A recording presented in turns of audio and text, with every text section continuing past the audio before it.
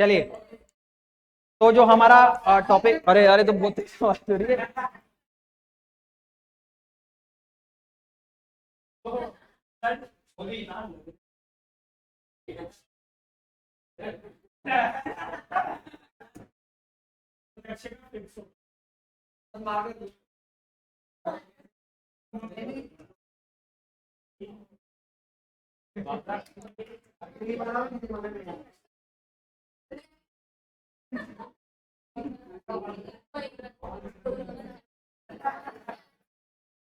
अरे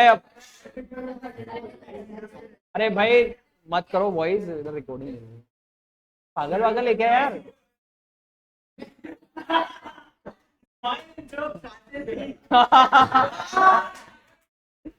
सही बात, सही बात। मेरा सारा वीडियो बिगाड़ दिया तुमने यार। अरे शर्माना का थोड़ी, वो आगे आ जाएगा तो उसको डालूंगा आगे।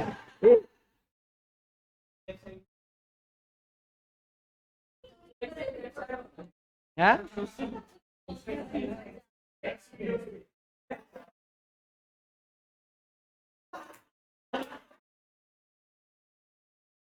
ये ना उधर वाले आ गए ना तो सारा बिना बात के। चलिए, हमारा चल रहा था सिलेक्शन प्रोसेस, और सिलेक्शन प्रोसेस के अंदर जो दो तीन चीजें हमने देख ली थी वो पहले मैं थोड़ा क्लियर कर देता हूं। सबसे पहले सिलेक्शन प्रोसेस के अंदर हमारा फर्स्ट स्टेप जो आता था वो था प्रिलिमिनरी स्क्रीनिंग। ठीक है, तो प्रिलिमिनरी स्क्रीनिंग में क्या होगा बताइए भाई, कौन बता रहा? प्रिलिमिनरी स्क्रीनिंग में क्या होगा?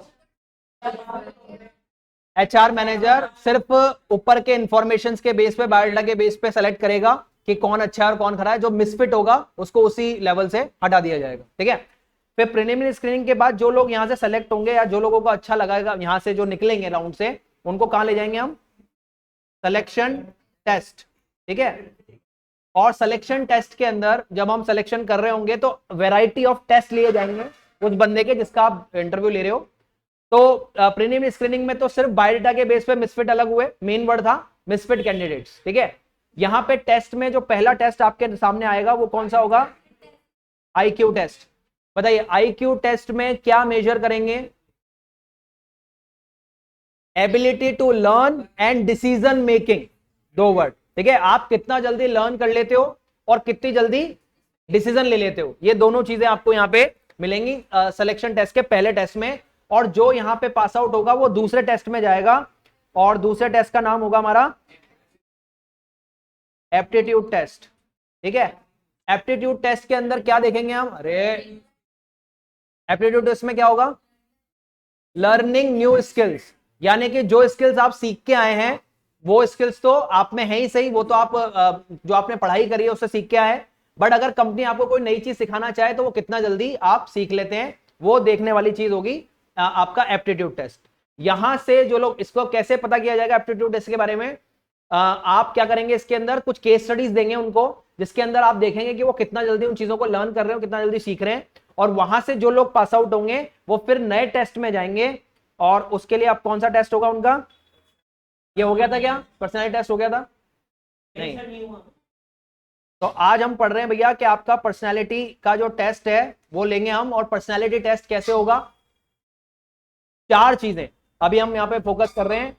थर्ड टेस्ट स्टार्ट हो रहा है, और पर्सनैलिटी का जो टेस्ट है वो कितने तरीके से लिया जाएगा? चलिए एक बार स्टार्ट करते हैं कि अब जो दो लोगों को हमने सेलेक्ट किया, जिसका इंटेलिजेंस अच्छा था वो आगे आ गया, और जिसका एप्टीट्यूड अच्छा था वो आगे आ गया। तो हमने एक एग्जांपल शुरुआत की थी, तो मैं यहीं पे लिख देता हूं कि मान लीजिए जो आपका ये प्रीलिमिनरी स्क्रीनिंग राउंड था, ठीक है, इस प्रीलिमिनरी स्क्रीनिंग में से तो कितने 40% आगे निकले। हमने एग्जांपल लिया था कि 50% को हम सिलेक्शन प्रोसेस में लेके आए, तो 50 में से 10 तो मिसफिट निकले, वो हमने हटा दिए। कहां से? प्रीलिमिनरी स्क्रीनिंग से। तो टेस्ट में कितने लोग गए? 40%। 40% में से आईक्यू टेस्ट जब हुआ तो 40% के आईक्यू टेस्ट में से 5 लोग यहां से रिजेक्ट हो गए, तो आगे कितने गए? 35। 35 में से फिर 5 यहां रिजेक्ट हो गए एप्टीट्यूड में, तो टोटल बचे 30। यानी कि अभी पर्सनालिटी टेस्ट दे रहे हैं 30 लोग, जिनमें से हमको फाइनली 5 लोग सेलेक्ट करने एज ए मैनेजर। तो पर्सनालिटी टेस्ट में मैं इन 30 लोगों में क्या देखूंगा? अब वैसे देखा जाए तो नॉर्मली आप समझना, हम पर्सनालिटी का मतलब क्या मान के चलते हैं हमारी लैंग्वेज में? जिसका अपीयरेंस अच्छा है, जो कॉन्फिडेंट है, ठीक है, जिसके कम्युनिकेशन पावर अच्छी है, जिसके लुक्स अच्छे हैं, ये पर्सनैलिटी का पार्ट होता है और है भी सही, इसमें कोई गलत बात नहीं है। बट एज अ बिजनेसमैन मैं आपकी पर्सनैलिटी के 1000 पार्ट हैं, लेकिन मैं एज अ बिजनेसमैन जब ये टेस्ट ले रहा हूंगा तो मैं आपकी पर्सनैलिटी के 4 पार्ट्स मेजर करूंगा जो आपको लिख के आने। ठीक है, तो 4 पार्ट्स क्या हैं आपके, बस ले दे के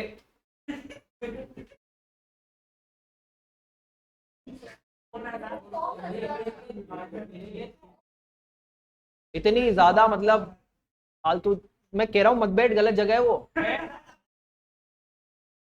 अजय इधर अभी भी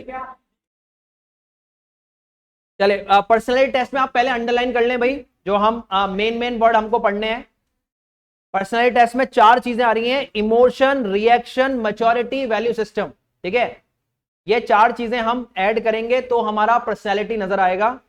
और पर्सनैलिटी के अंदर हम एक एक करके स्टार्ट करते हैं कि जब भी हम किसी की पर्सनैलिटी चेक करेंगे तो पर्सनैलिटी में पहला पार्ट, एज अ बिजनेसमैन जब आप टेस्ट ले रहे हो किसी मैनेजर का, तो मैनेजर का पर्सनैलिटी का पहला पार्ट जो आप चेक कर रहे हैं वो है इमोशन। ठीक है, और बहुत सिंपल वर्ड्स में इसको समझना, इमोशंस का मतलब है कि मतलब हम जब बोलते हैं ना आपका नेचर बहुत इमोशनल है, इमोशनल होने का मतलब जो बहुत जल्दी ब्रेक डाउन हो जाए। ठीक है, यानी कि चीजों को अब तुम भी चले गए भाव में बह के आगे। इन दोनों को पता है, समझ में आया ब्रेक डाउन। चले, क्लास बिगाड़ रहे हो बस तुम मेरी, और कुछ नहीं कर रहे।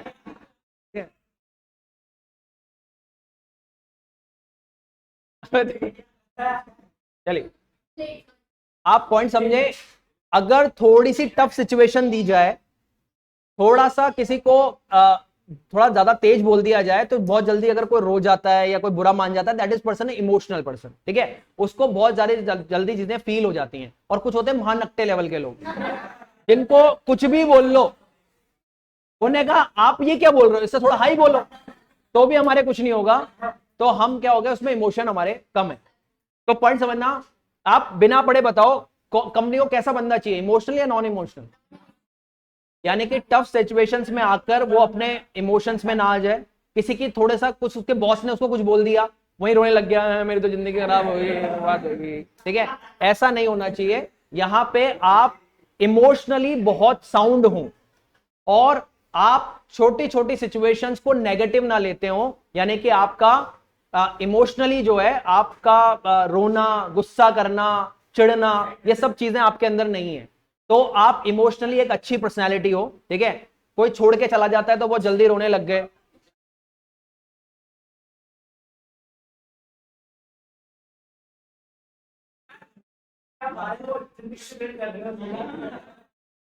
यहाँ पे जिंदगियां इतनी चल रही हैं, मैं करूं तो करूं क्या।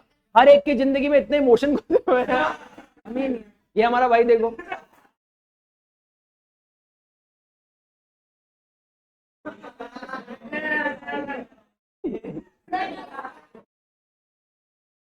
तो क्या हो गया, आपके किसी के जाते ही आपके जिंदगी में डिप्रेशन चालू हो गए, हाय मेरी तो जिंदगी बर्बाद हो गई और ये हो गया। तो क्या, तो ऐसी कंडीशन में आप इमोशनल हैं। और अगर आपके साइड में पॉजिटिव पॉइंट आया, कोई बात नहीं, एक गया तो दूसरा आएगा जिंदगी। तुम मेरे को क्या सुनाने के काम में ही आ रहे हो क्या, बिल्कुल मतलब ज्यादा अच्छे एग्जांपल देना भारी पड़ जाता है। तो कोई नया आएगा लाइफ में, ये पॉजिटिव पॉइंट ऑफ व्यू से अगर आप चलते हैं तो आप इमोशनल नहीं हैं। ठीक है, आप इमोशनल फूल नहीं हो पा रहे हैं, आप आगे बढ़ रहे हैं, तो आपकी पर्सनैलिटी में एक एक्स्ट्रा ट्रेट है। ठीक है, चलिए, तो अगर आप इमोशनल नहीं है तो एज अ बिजनेसमैन वो आपको पसंद करेंगे कि आप इमोशंस पे कंट्रोल कर पाते हैं। दूसरा, सेकंड पॉइंट पे देखिएगा, इमोशन के बाद सेकंड पॉइंट हमारे पास आता है रिएक्शन। ठीक है, और रिएक्शन कैसे होते हैं पहले तो समझ लें। इमोशन से रिएक्शन में क्या फर्क है। जब कोई आपके सामने सिचुएशन हो या कोई आपको कोई बात कही जाए, तो 2 तरीके के लोग होते हैं। किसी भी बात को आप 2 अप्रोच से ले सकते हैं, रिएक्ट कैसे कैसे कर सकते हैं, नेगेटिव और पॉजिटिव। सेम चीज पे एक बंदा पॉजिटिव रिएक्शन दे सकता है, सेम चीज पे नेगेटिव रिएक्शन आ सकते हैं। तो अगर आपके रिएक्शन ज्यादातर नेगेटिव आते हैं तो आपके रिएक्शंस कंपनी को पसंद नहीं आएंगे। ठीक है, लेकिन आप ज्यादातर उसमें कुछ अच्छी बात ढूंढ लेते हो, या जो हुआ है, जो खराब भी हुआ है, उसको भी आप थोड़ा सा मैनिपुलेट करके उसमें कुछ पॉजिटिविटी निकाल देते हो। तो आपके रिएक्शन बेटर है। तो ऐसे बंदे कंपनी को पसंद हैं जो पॉजिटिव रिएक्शन चीजों पे दे। मैं एक छोटा सा एग्जांपल समझा देता हूं। मान लीजिए हमारे माधव भाई का एक्सीडेंट हुआ। अरे मैं अच्छा एग्जांपल नहीं ले सकता।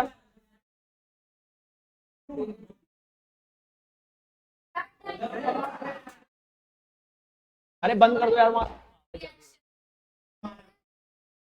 अरे पीछे पीछे चल दो पीछे। अभी माधव भाई का एक्सीडेंट हुआ, ये सड़क पे गिरे हुए मिले, ठीक है। तो ऐसी कंडीशन में आप पॉइंट समझे, ये ऐसा इनके साथ 2 बार हो गया। कितने कितने दिन के गैप में? 15-20 दिन के गैप में, 15-20 दिन के गैप में 2 बार हो गया। अब होता क्या है, आप पॉइंट समझना।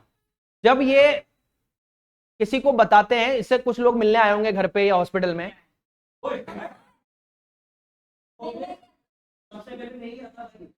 भाई बाढ़ चलिए, तो आप देखिएगा 2 टाइप के लोग होते हैं। जब इनका एक्सीडेंट हुआ तो कुछ लोग इनके पास आए होंगे, और बहुत ही बुरा हुआ यार, मेरे को बोलने नहीं दे, बहुत बुरा हुआ, बहुत ज्यादा लग गई, और ये तो ना मतलब इतना भगवान पता नहीं तेरे साथ ही क्यों करता है, और एक बार के बाद दोबारा गिरा दिया तो इतना गिरा हुआ है क्या। तो वो सारी नेगेटिव बातें चालू हो, ठीक है। लेकिन एक बंदा आया और वो बोल रहा है इनको, भाई कुछ भी हुआ तो बच गया, दैट इज द पॉजिटिविटी, भगवान ने तुझे बचा लिया, तेरे हाथ पैर टूट के रह गए, वरना एक्सीडेंट और ज्यादा बड़ा भी। उसी केस में आप पॉजिटिव भी देख सकते हो और नेगेटिव भी देख रहे हो, ठीक है। आप कहीं गिर गए तो आपको लगता है कि यार चलो ठीक है, गिर के काम बला टली, कम से कम अगर कुछ ज्यादा प्रॉब्लम हो जाती, ज्यादा सीरियस प्रॉब्लम होती, तो ऐसा बंदा क्या हो जाएगा, पॉजिटिविटी वाला। और नेगेटिविटी वाले लोग, भगवान मेरे साथ ही क्यों करता है, तेरे को तो देख लूंगा किसी दिन मिलेगा तो तू, दैट इज नेगेटिव, ठीक है। तो भाई आपके रिएक्शन कंपनी में तो क्रिटिकल सिचुएशंस आएंगी, ठीक है, बट क्रिटिकल सिचुएशन में आप पॉजिटिविटी निकालते हो कि अगर आज कंपनी में फेलियर आया है तो फेलियर से कुछ सीखें और पॉजिटिविटी की तरफ बढ़ें, that is the good reaction. और ऐसा रिएक्शन आप देते हैं तो आप एक अच्छे रिएक्शन देने वाले पर्सन हैं। लेकिन आप उन्हीं चीजों को जकड़ के बैठ जाते हैं, अपनी पास्ट हिस्ट्री में घूमे रह रहे हैं, नेगेटिविटी को क्रिएट करते जा रहे हैं, तो आपके रिएक्शन अच्छे नहीं है, और क्या होगा, आप कंपनी में सेलेक्ट नहीं होंगे क्योंकि आपके रिएक्शंस अच्छे नहीं, ठीक है। तो सेकंड पर्सनालिटी का जो ट्रेड देखा वो रिएक्शन, तो पहला देख लिया इमोशन। अगर आप दोनों में साउंड है तो और आपकी पर्सनालिटी चेक की जा रही है। पर्सनालिटी का तीसरा लेवल देखिए भाई, अब हम चेक कर रहे हैं आपका मैच्योरिटी लेवल, ठीक है। तो यहां पे हम देख रहे हैं, देखो मैच्योरिटी में हम क्या देखते हैं, तो यहां पे अब पॉइंट आप देखिएगा कि इस प्रोसेस के अंदर हम क्या चेक करेंगे कि आप किसी भी चीज को लेकर के आपकी थिंकिंग कैसी है, नेगेटिव पॉजिटिव नहीं, आप कितना समझते हैं उस चीज के बारे में, आप उसको कितना डेप्थ में जानते हैं, या किसी भी चीज को जब आपके सामने आती है तो आप ऊपर ऊपर की बातें सुन के काम कर लेते हैं, या पूरा डेप्थ जानने के बाद उस पर रिएक्ट या उस पर वर्कआउट करते हैं, ठीक है। तो सेम चीजों में अगर हम देखें तो हम कहते हैं, देखो एक सिंपल सा एग्जांपल है, आप अपने आप को रख के देख सकते हो। बचपन में जब आपको चीजें कुछ खराब लगती थी तो हो सकता है आज वो थोड़ी अच्छी लगती हो और आगे जाके और ठीक लगेंगी, क्योंकि आपका मैच्योरिटी सिस्टम बदलता जा रहा है। बचपन में डांट खाना बहुत बुरा लगता है पेरेंट्स का, अभी और ज्यादा बुरा लगने लग जाता है बड़े होते गए। लेकिन जब आप 25, 30, 35, 40 की एज में होंगे और आपके बच्चे होंगे तो आपको तो लगेगा सही डांटते थे मेरे को, हम तो हैं ही ऐसी लायक, ठीक है। मतलब आप में मैच्योरिटी कब आई, उस चीज को पॉइंट ऑफ व्यू से देखने की जो आपकी पावर है वो तब आती है जब आप में एज, एक्सपीरियंस, नॉलेज लेवल बढ़ता है, ठीक है। तो अल्टीमेटली हम ये देख रहे हैं कि आप चीजों को कितना अच्छे से टेकन अप करते हो, उसके बारे में कितना थॉटफुल रखते हो और उसको कितना डेप्थली एनालाइज करते हो, ठीक है। तो प्रॉब्लम आपके सामने है, 2 लोग हैं, एक प्रॉब्लम को देखते उस पर एक्शन चालू, समझा ही नहीं कि प्रॉब्लम क्या है, तो मतलब उसका मैच्योरिटी सिस्टम कम है। लेकिन पहले मैच्योरिटी सिस्टम वाला बंदा पूरी प्रॉब्लम को जब तक उसको टोटली समझ में नहीं आ जाएगी तब तक वो एक्शन चालू नहीं करेगा, यानी कि उसका मैच्योरिटी सिस्टम अच्छा है, ठीक है। तो मैच्योरिटी लेवल देख लिया आपका, मैच्योरिटी में आपको ये पता लग गया कि ये बंदा कितना जल्दी डील करता है या कितना ठहर के और कितना पेशेंटली डील करता है। इसके बाद आपने मैच्योरिटी के बाद देखा उसका वैल्यू सिस्टम, ठीक है। 4th थिंग आप उसका चेक करोगे वैल्यू सिस्टम। और यहां पे वैल्यू सिस्टम का क्या मतलब है वो देखिए, मैं एक ही एग्जांपल समझा रहा हूं। हर पर्सन जब अपब्रिंग होता है अपनी लाइफ में तो उसके साथ कुछ वैल्यूज जुड़ जाती है सोसाइटी की, यहां वैल्यू और एथिक्स की बात हो रही है, ठीक है। आप जिस सोसाइटी से आते हो आपके अंदर वैसी ही वैल्यूज क्रिएट होने लग जाती हैं, ठीक है। एग्जाम्पल के लिए हम लें तो अगर आप हिंदू सोसाइटी से हो तो बचपन से आपको हिंदुइज्म में कुछ सिखाया गया, वो चीजें आपके अंदर आ गई। जो मोहम्मदनिज्म में अपब्रिंग हुआ है उसको मुसलमानी को चीजें सिखाई गई हैं, वो उसके अंदर आ गई। ठीक है, जो पारसी है, जो बौद्ध है, उनको अपनी चीजें समझ में आ गई। सबका अपना अपना वैल्यू सिस्टम है। लेकिन आप जिन वैल्यूज पे बिलीव करते हो, आप जिस सोसाइटी से आते हो, क्या वो वैल्यू सिस्टम कंपनी के वैल्यू सिस्टम से मैच खा रहा है क्या?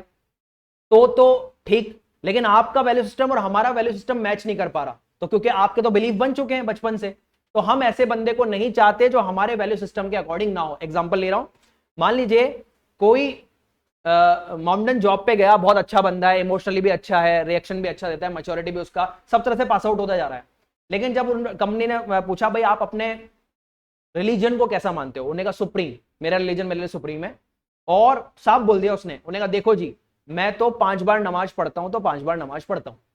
अब कंपनी में दिन में 2 बजे नमाज का टाइम होगा, मैं तो सारा काम धाम छोड़ के यहीं पे बैठ जाऊंगा। उन्होंने कहा अल्लाह अकबर करूंगा मैं तो। फिर शाम को 4 बजे नमाज का टाइम होगा, फिर चालू हो जाऊंगा। यानी कि भाई, यानी कि मैं तो 5 बार कंप्लीट नमाज पढ़ूंगा। ठीक है, मैं अपना काम अपने टाइम पे करूंगा, लेकिन जब मेरा टाइम होगा नमाज का तो मैं नमाज पढ़ने बैठ जाऊंगा। तो बताइए, कंपनी कह रही है कि भैया ऐसा बंदा हमें नहीं चलेगा जो इतना ज्यादा रिलीजियस हो। क्यों? क्योंकि इतना होने से 2 बजे से 2:30 बजे तक तू नमाज में बैठ जाएगा, 4 से 4:30 बैठ जाएगा। मान लो इस टाइम पे क्लाइंट आ गए, तो क्लाइंट को मैं बोलूंगा कि भाई सब नमाज पढ़ रहे हैं, बाद में आना। ठीक है, तो ऐसी कंडीशन में आपका वैल्यू सिस्टम मेरे वैल्यू सिस्टम से मैच नहीं खा रहा, यानी कि आपकी पर्सनैलिटी की वैल्यूज मेरी पर्सनैलिटी की वैल्यूज से मैच नहीं कर रही, इसलिए हो सकता है हम आपको जॉब ना दे पाए। चलो जी, ये मोमनिज्म में बात हो, हिंदुइज्म में आ जाए। हिंदुइज्म में भी कुछ ज्यादा रिलीजियस होते हैं, उन्हें कहा जी नवरात्रे आ रहे हैं, हम तो बिना चप्पल पहने बिना शूज पहने जाएंगे। होता है, कुछ लोग करते। अब ये उनका थॉट प्रोसेस है, उनको उनका बिलीफ है, लेकिन कंपनी का बिलीफ मैच नहीं कर रहा। उन्हें नंगे पैर बैठा होगा भैया ये बंदा, और कोई क्लाइंट आएगा तो बोलेगा ये क्या हाल हो रहे हैं कंपनी में, नेगेटिव इफेक्ट जाएगा। हो सकता है कंपनी का वैल्यू सिस्टम आपके वैल्यू सिस्टम से मैच नहीं खा रहा। ठीक है, तो ऐसी प्रोसेसेस के अंदर आपको आपका वैल्यू सिस्टम, आप उतने रिलीजियस हैं जैसे आपने कहा देखो जी सर, गणेश जी की पूजा होगी तो मैं गणेश जी की पूजा करके आऊंगा, दिवाली की पूजा होगी तो दिवाली की पूजा करके आऊंगा, तो इतना तो कंपनी भी मान रही है। उन्हें कहा हम भी यहाँ गणेश जी बिठाएंगे, ये कर लेना पूजा। उन्हें हाँ सर ठीक है, ये मैं मानता हूं। तो कंपनी के साथ आपका सिस्टम मैच कर गया, मैच कर गया, तो आपका वैल्यू सिस्टम और कंपनी का वैल्यू सिस्टम मैच कर रहा है, इसका मतलब आप जॉब ले सकते हो। तो आगे बढ़े हम 4 चीजों पे। इन 4 चीजों के अलावा 1000 चीजें हो सकती है जो कंपनी चेक करे, लेकिन फोरमोस्ट 4 चीजें चेक करेंगे। ठीक है, आप इमोशनली साउंड है, आपके रिएक्शन पॉजिटिव है, आप चीजों को मैच्योरिटी से देखते हैं, और आपकी पर्सनैलिटी में वैल्यू सिस्टम उतना है जितना कंपनी को चाहिए।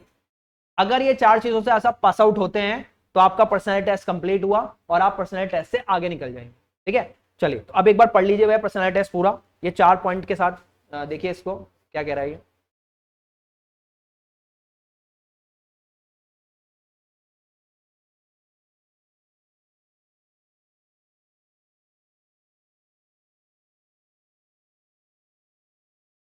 हो गया होगा, आप इसको पर्सन को हर ले लिया उन्होंने, जबकि ही आ जाता है नॉर्मली, बट ठीक है, कोई सा ऐसा इंपॉर्टेंट नहीं है, वो पर्सन के लिए बात कर रहे हैं।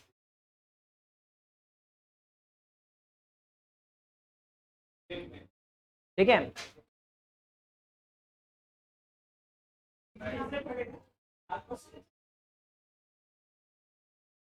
पढ़ लिया, हो गया सबका।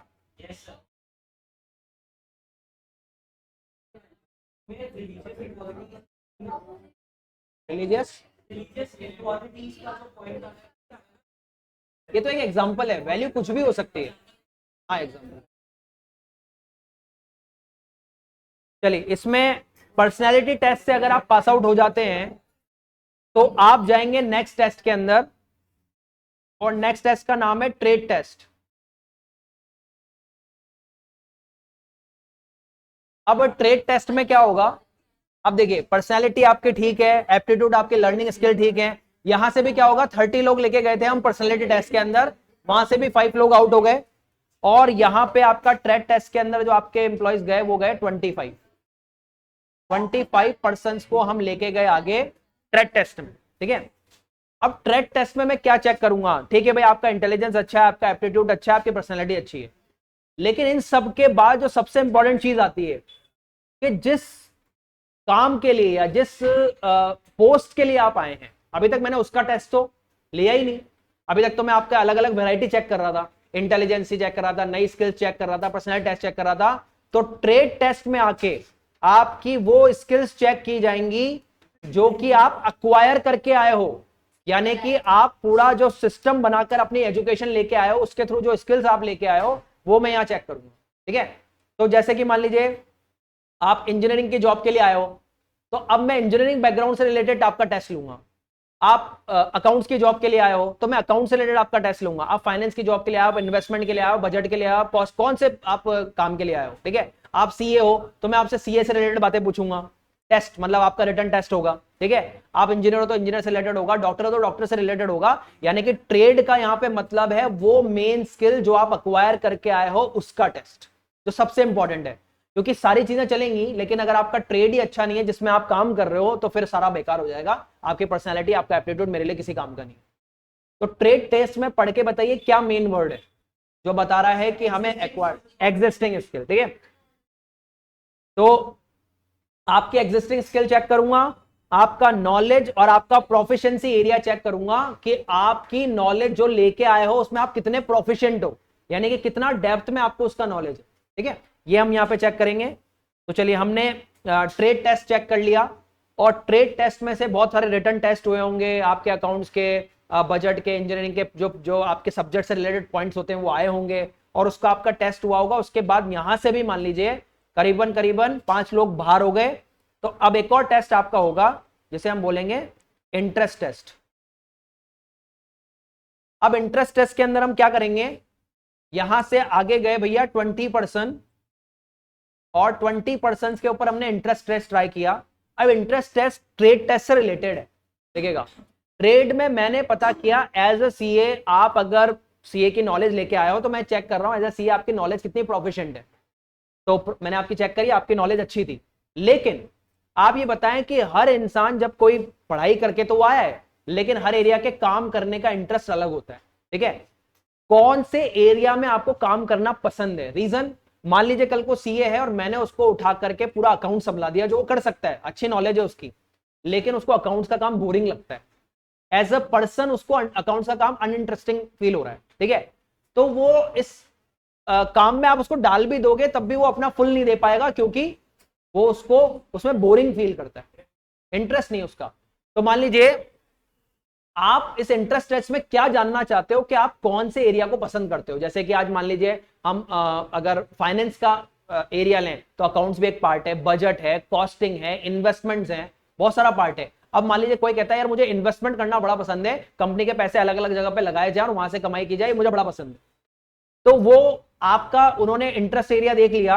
अब आपकी जॉब अगर कॉमर्स अकाउंट्स एरिया में है और वो बंदा इन्वेस्टमेंट एरिया में जाना चाह रहा है तो फिर ये बंदा मेरे लिए सही नहीं।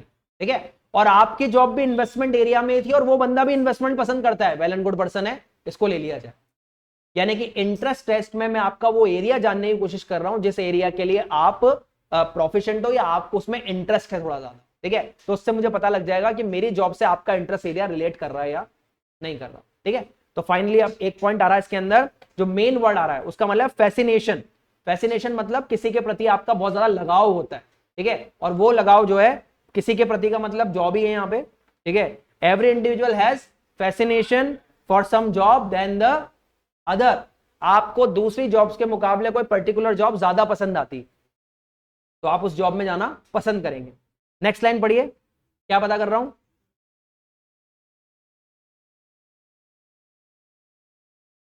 हाँ, पैटर्न ऑफ इंटरेस्ट।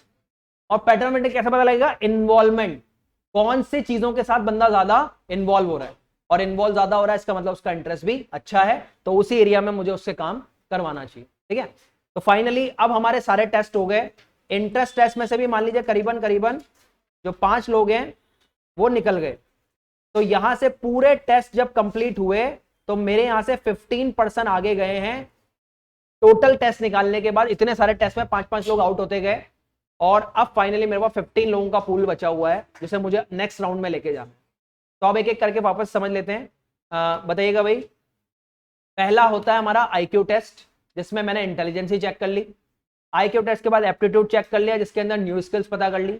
उसके बाद मैंने पर्सनैलिटी देख ली, इसमें 4 चीजें पता कर ली, emotion, reaction, maturity, value system. ठीक है, ये चारों ठीक निकले तो मैं उसको ट्रेड टेस्ट में ले गया, और ट्रेड टेस्ट में मैंने पता किया एग्जिस्टिंग स्किल्स कितने, प्रोफिशिएंट और आपकी नॉलेज का लेवल कितना है। ठीक है, और वहां से जब हम आगे बढ़े तो हमने इंटरेस्ट टेस्ट लिया कि आप कौन से एरिया में फैसिनेटेड हो या कौन से एरिया में इन्वॉल्वमेंट आपका ज्यादा आ रहा है। यहां से जो लोग निकलेंगे अब वो जाएंगे नेक्स्ट राउंड में। टाइम है क्या, कितना हो गया? चलिए फटाफट से एक पॉइंट देख लीजिए। क्या ये सुन लो, वाह ये भी अच्छा है। हाँ क्या कर रहा हूँ, इसीलिए तो तुमसे कह रहा हूँ भैया रिकॉर्डिंग चल रही है, क्यों रिकॉर्डिंग खराब कर रहे हो?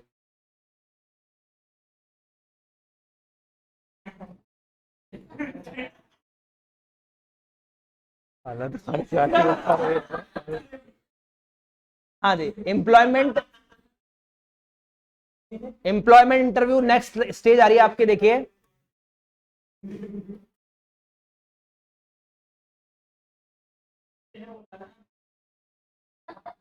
तुम्हें बड़ी हंसी आ रही है आज, तुम्हारा नंबर आया नहीं अभी तक, अभी नंबर आया नहीं तुम्हारा, नंबर लगाया जाए। हाँ चलिए, अब जो जो लोग ट्रेड टेस्ट से या सारे टेस्ट से निकल के आए, कितने लोग आए थे? 15%। अब जाके क्या हो रहा है, आप फर्क समझ लो यहीं पे, नहीं तो आपका क्वेश्चन आएगा। ट्रेड टेस्ट में हमने एग्जिस्टिंग स्किल्स देखी थी, उसका रिटर्न में, ओरल में, जो भी हमको टेस्ट लेना था हमने लिया। लेकिन टेस्ट लेने के बाद अब जिस पोस्ट के लिए आप आए हो उसका फिर से एक इंटरव्यू होगा आपका। अब इंटरव्यू पहले तो आपका कहां हो गया, देखो अभी तक इंटरव्यू कहीं नहीं हुआ है। इंटरव्यू का मतलब होता है फेस टू फेस बैठ के बात करना। अभी टेस्ट हुए हैं और प्रिलिमिनरी स्क्रीनिंग हुई है, जिसमें आपके बायोडाटा के बेस पे आपको सुटेबल निकाला गया, और सारे टेस्ट हुए। टेस्ट ओरल और रिटर्न हो सकते हैं, बट ये फेस टू फेस नहीं होंगे। फेस टू फेस अब बैठ के आपका क्या लिया जाएगा, इंटरव्यू। और इसके लिए एक वर्ड हम यूज करेंगे जो आपको यूज ही करना है। जब जब हम एम्प्लॉयमेंट इंटरव्यू वर्ड यूज करेंगे तो उसका मतलब होगा इन डेप्थ। अब की बार आपको इन डेप्थ कन्वर्सेशन, ये मेन वर्ड है इसका, ठीक है, इन डेप्थ कन्वर्सेशन, यानी कि आपके साथ जब जो बातचीत की जाएगी वो नॉर्मल और हल्की फुल्की बात नहीं होगी, बहुत डेप्थ में जाके आपके साथ बात की जाएगी, आपके पर्टिकुलर सब्जेक्ट और आपके इंटरेस्ट एरिया से रिलेटेड बहुत डेप्थ में नॉलेज। ठीक है, यानी कि अगर आप अकाउंट्स के लिए आए हैं तो मैं आप अकाउंट्स में नॉर्मल चीजें नहीं पूछूंगा जी, होने का जी लेजर कैसे बनती है, या बैलेंस शीट में क्या करते हैं, या पार्टनरशिप के गुडविल का डिस्ट्रीब्यूशन कैसे होता है, ये नहीं पूछने वाला मैं उसमें बहुत डेप्थ की चीजें पूछूंगा जो कि एक टिपिकल लेवल पे जाकर अकाउंट्स में आती। ठीक है, अब मैं देखना चाहता हूं कि आपका कॉन्फिडेंस कितना है। जब आप फेस टू फेस बैठते हो तो क्या आप उन बातों का जवाब दे पा रहे हो, क्या आपकी नॉलेज तब भी आ पा रही है? इससे दोनों चीजें एक साथ पता लग रही है, एक तो आप नर्वस नहीं हो रहे, आप जवाब दे रहे हो, आपका नॉलेज अच्छा है, और फेस टू फेस आपका कॉन्फिडेंस भी पता लग रहा है कि आप कितने अच्छे से जवाब दे पा रहे हो।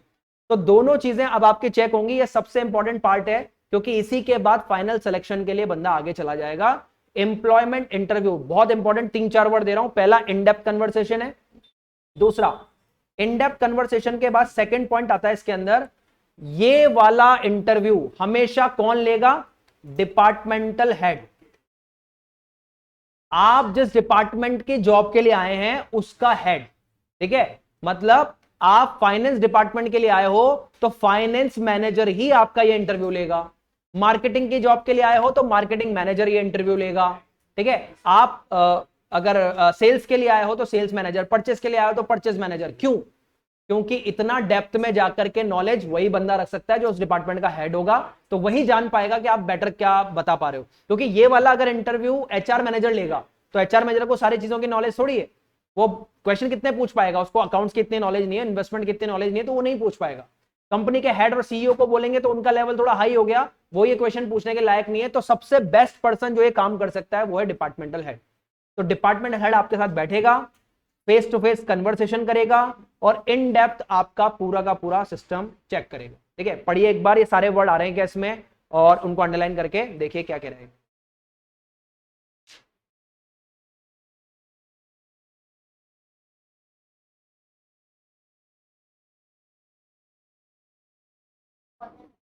हाँ बहुत मेन वर्ड बताइए क्या कर रहे हैं हम इसमें। पहला वर्ड आ गया इन डेप्थ कन्वर्सेशन। ठीक है, और the role of the interviewer is to seek the info and that the interviewee is to provide the same। Interviewer interview से क्या ले रहा है, इंफॉर्मेशन, और वो ले सकता है। लेकिन इसमें एक लास्ट लाइन आई है जो कि आजकल काफी चलने लग गई है मार्केट में, क्योंकि सिमिलैरिटी का जमाना है, इक्वालिटी होनी चाहिए। तो इंटरव्यूअर जब इंटरव्यू से क्वेश्चन पूछता है तो ये तो उसका राइट है ना, पूछ सकता है। लेकिन जब सारे क्वेश्चन उसके हो जाते हैं तो एक काउंटर मारता है इंटरव्यूअर। इंटरव्यू कहता है इंटरव्यू अब आप मुझसे क्वेश्चन पूछो। ठीक है, इंटरव्यूई को भी इंटरव्यूअर से क्वेश्चन पूछने का राइट है। अब पहले नहीं होता था लेकिन अब होने लग गया। क्यों भाई? क्योंकि उस इंटरव्यू के दिमाग में भी तो बहुत सारे कंफ्यूजन है कंपनी के बारे में, आपके बारे में, आपके चीजों के बारे में। वो भी जानना चाहता है कि मैं यहाँ जॉब करने से पहले चीजें क्लियर करना चाहता हूँ। तो वो भी पूछ सकता है कि सर थोड़ा मुझे आइडिया दे दे, सैलरी कितनी मिलेगी। ठीक है, आ गया बस 2 मिनट मेरे लिए। हाँ हाँ, चलो जाओ, तुम जाओ फिर। हाँ मतलब इधर उधर पानी वानी पीना हो तो पियो।